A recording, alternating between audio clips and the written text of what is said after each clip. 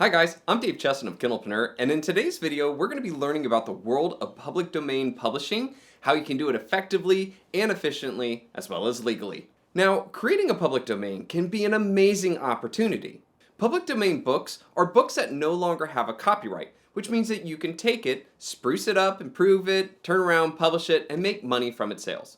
This can be a great opportunity because A, you have the ability to take an already written book, and B, you get to improve it and make it your own.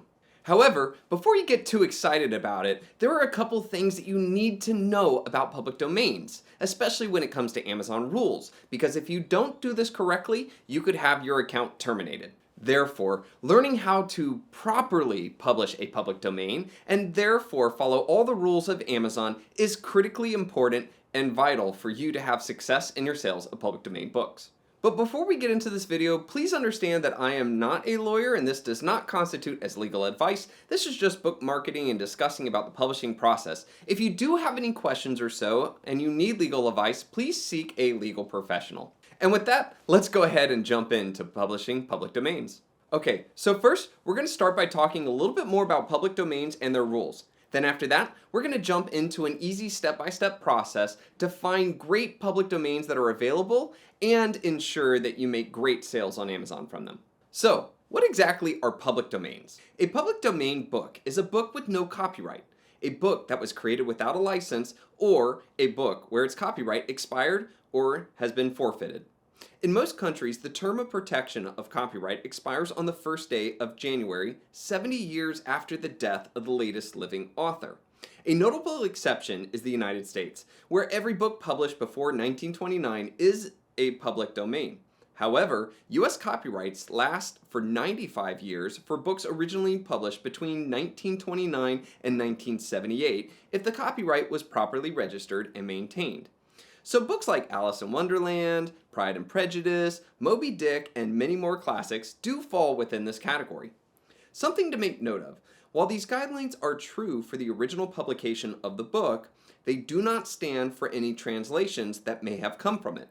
For example, let's say a famous German book went out of copyright in 1934. However, in 1975, someone did a translation of that to English.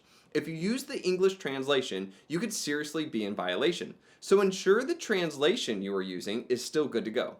Outside of the US, there are different laws, so be sure to check out my article on Kindlepreneur.com as I will ensure to keep that updated with any changes and steps to take. You can also find that below in the description. Okay, so now that we understand what public domains are, let's go ahead and jump a little bit into all the different rules that Amazon sets for selling public domains on their marketplace. While Amazon does allow for the publication of public domains, they have rules and requirements we must follow. The first rule is that your version must be in some way differentiated or unique. So you can't just take a public domain and throw it up there. You have to make it different in some way. Amazon provides us with a few examples of what they classify as differentiated enough to be unique. First is translations. If you happen to be proficient enough in a second language to translate a book, then that itself qualifies as a unique form of work. Next is annotations. These can be anything from chapter summaries, historical background, author's biography, explanation of unfamiliar words, or a combination of any of these. This is typically the most common when it comes to a way of making your publication unique in Amazon's eyes. And lastly, illustrations. If you're an artist, then all you would need to do is add 10 original illustrations to your text, and there you have it. However, these must be your own work and can't be copied from another public domain source. The use of AI to generate your illustrations has become more of a popular choice as there aren't any restrictions at this time. I personally recommend when working on your public domain that you actually include a couple of these things. So that includes annotations as well as illustrations so as to make your book even more unique and add value to it. When you go to upload your book to KDP, you will want to ensure that you include the unique qualifier that you chose within the title. An example of this would be the Book of Enoch with commentary and concept art of the Book of the Watchers. The Book of Enoch is a public domain. However, they included commentary and illustrations within to abide by Amazon's rules. Amazon won't count changes like a different pricing option, formatting updates, linked table of contents, collections, sales ranks, etc. as reputable differentiations. Although these are great things that you should be adding, you'll need to do more in order for Amazon to prove the book as its own copy. Okay, so now that we understand what public domains are, as well as the different Amazon rules in order to publish public domains, let's go through a step-by-step process to help you not only find great public domains, but ensure they'll do well and the steps you can take to immediately create an excellent public domain on Amazon. Step 1. Finding your public domain. Some reputable websites for finding your public domain are going to be Project Gutenberg, archive.org, and Sacred Text. Project Gutenberg is by far my favorite, as it has over 60,000 public domain ebooks on their site. If you can't find what you're looking for here, then it's likely not existent elsewhere, or at least is very hidden. Step 2. Verifying that the public domain will sell well. Now that you have a list of potential books, you'll want to use a tool like Publisher Rocket to figure out if it's worth working on. If you don't do this step, you're either going to create a public domain that no one cares about and thus won't make any sales, or you'll choose something that is so competitive that you won't be able to reach Amazon's market. This step is critical to doing public domains successfully. So, in order to make a public domain that will succeed, you will need to find a domain title that not only gets searches on Amazon, meaning that people are actively looking for that book, but also isn't too competitive. Using a tool like Publisher Rocket makes this incredibly easy. You can go through your list from step 1 and put the title into Rocket's keyword search feature. Then you can check to see how many people are searching for that book, how much money are other authors making that are selling that book, and how competitive would it be for you to enter a book in there. So, what is a good search number? Well, that depends on you and your preference. I definitely say to not target a book that has less than 300 searches per month. In my experience, this isn't enough to justify all the work you're going to do for this book. However, for some of you, this might be too little.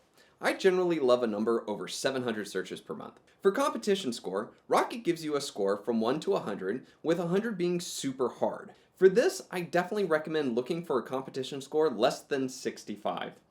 I try to target something around 40 or less. Okay, so after you've gone through your list of public domains through Rocket and found good searches and competition score, you can now select the domain you want to work on. With that, you can move to step 3.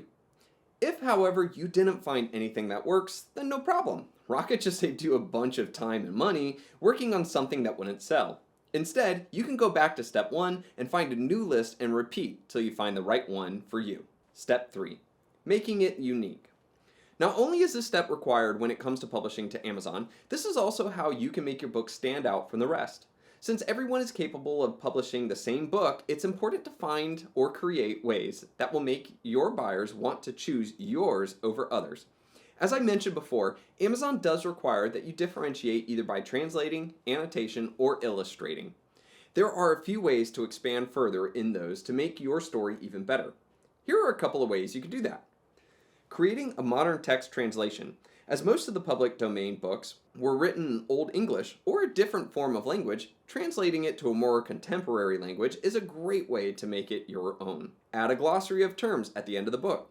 This can be helpful if your book has words that aren't commonly used and require a bit more context. Provide chapter summaries at the beginning of each chapter. These can be a great way to recap what the reader is about to read or give a snippet to get them hooked to reading more. Create footnotes of further explanations if something is more difficult to understand. Also, using these as a way to provide further context or a quick history connection. Hiring an artist on Fiverr to create 10 illustrations.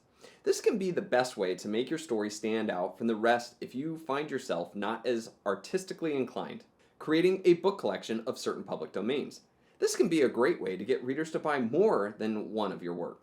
This list of ideas should help you get started, but please remember that you will still want to verify that you're fully following Amazon's guidelines. Formatting your book. At this point, you should have your public domain, know that it will do well on Amazon, and know what you can do to the book to make it unique. Now it's time to format it so that people can either read it in print and/or ebook. Using a book formatting program like Atticus, you can easily upload your book's content and start making it into your own using the pre-generated theme options that it has to offer. You can also go in and add any front content and back end content that you want and ensure that you have the correct copyright format for your book.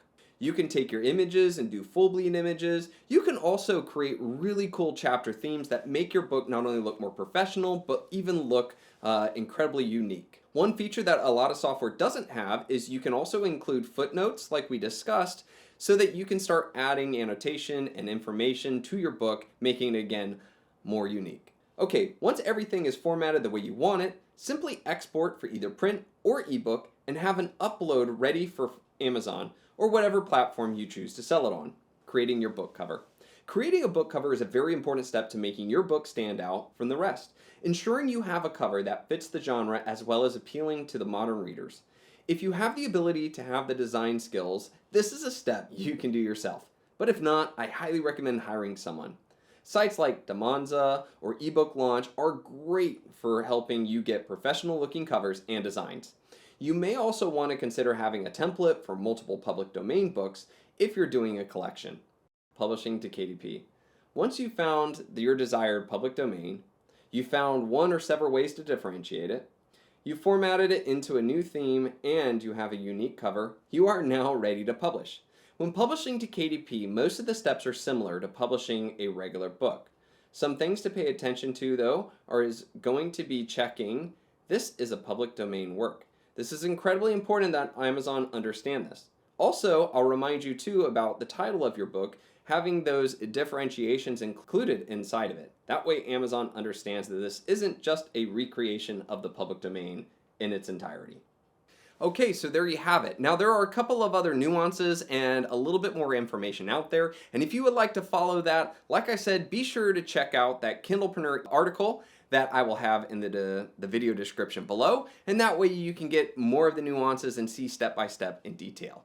Okay, but with that, you now have a solid plan for finding really awesome public domains, making sure they're going to work, and then steps to truly creating something unique and getting it on Amazon. And if you follow those steps, you can find that you can have some incredible opportunities and some great sales to possibly add to your coffee fund or perhaps propel you to writing your own book and keeping you afloat. But before I let you go, the last thing I also want to say too is you're working on a piece of art.